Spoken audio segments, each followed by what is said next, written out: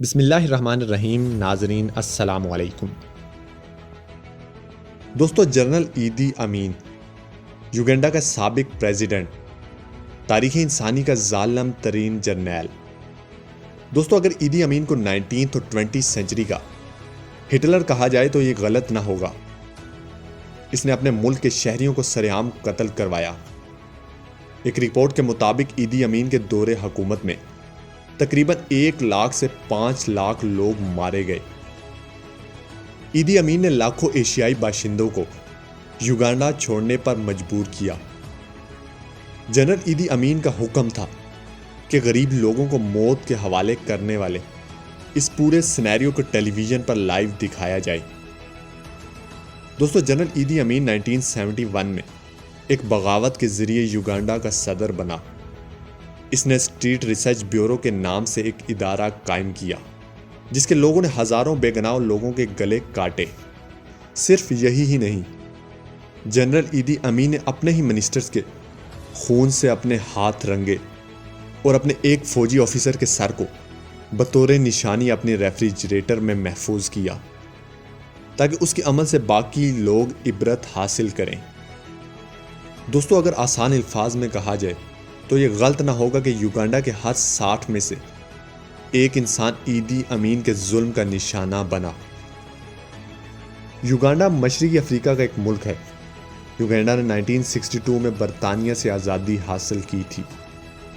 General ایدی امین نے 1946 میں as a assistant cook British army میں شمولیت اختیار کی.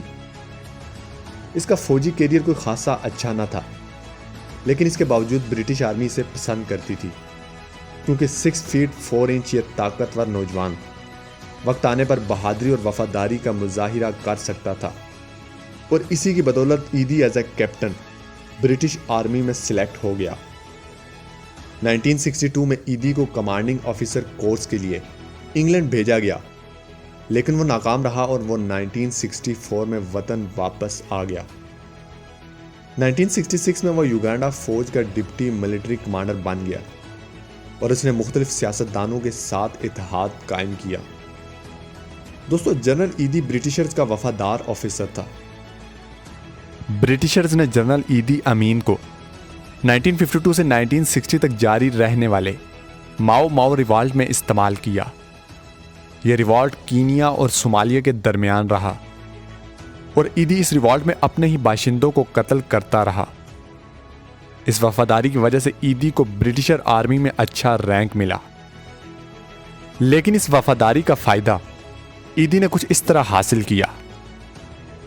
ایدی اور اس کے دوست ملٹن اوباٹے نے، جو کہ برطانیہ کی ملٹری میں ایک آفیسر تھا، دونوں نے گولڈ اور دوسری کئی قیمتی دھاتوں کو برطانیہ سے یوگانڈا میں اسمگل کرنا شروع کر دیا اور برطانیہ کو اس کی خبر تک نہ ہونے دی.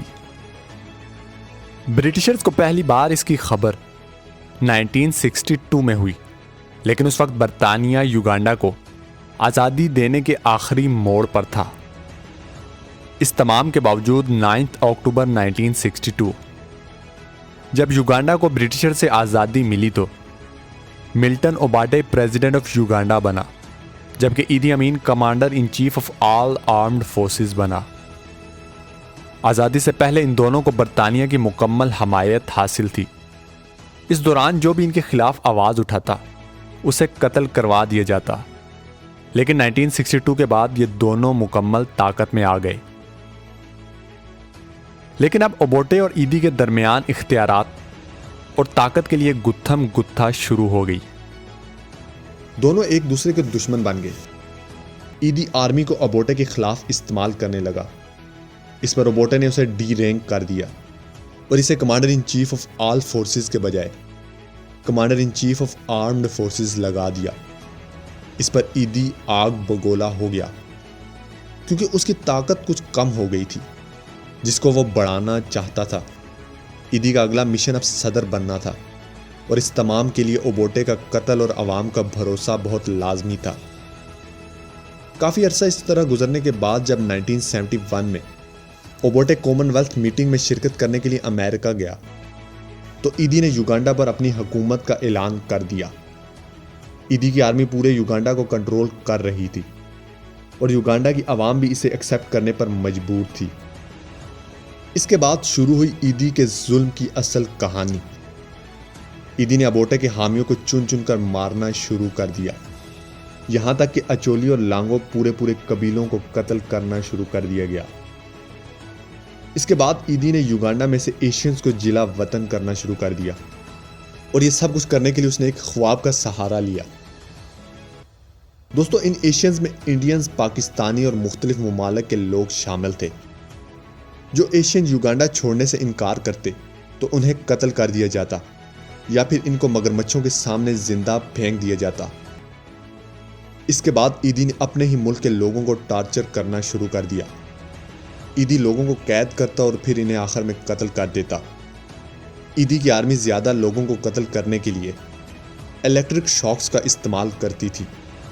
ایدی نے اپنے خفیہ کمروں میں لوگوں کے سر اور لاشیں رکھی تھی۔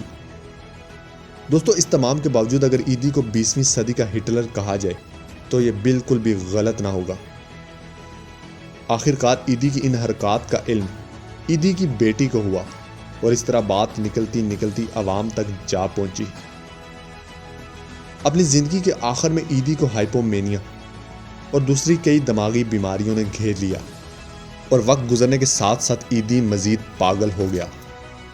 اس تمام کے باوجود ایدی نے ایک بار پھر تنزانیہ پر حملہ کیا، جس کے نتیجے میں یوگانڈا کو بری طرح شکست ہوئی، اور اس سب سے یوگانڈا کی اکانومی بری طرح متاثر ہوئی۔ اس کے بعد ایدی یوگانڈا چھوڑ کر بھاگ گیا، اور آخرکار 16 اگست 2003 آرگن فیلئر کی وجہ سے ایدی کی موت ہو گئی، اور آخرکار اس ظلم کا اختتام ہو گیا۔ دوستو، ظالم خواہ کسی بھی روپ میں ہو، اس کا کوئی بھی مذہب نہیں ہوتا، اور انسانیت کا ایک ہی مذہب ہوتا ہے، وہ ہے محبت، وہ ہے انسانوں سے ہمدردی۔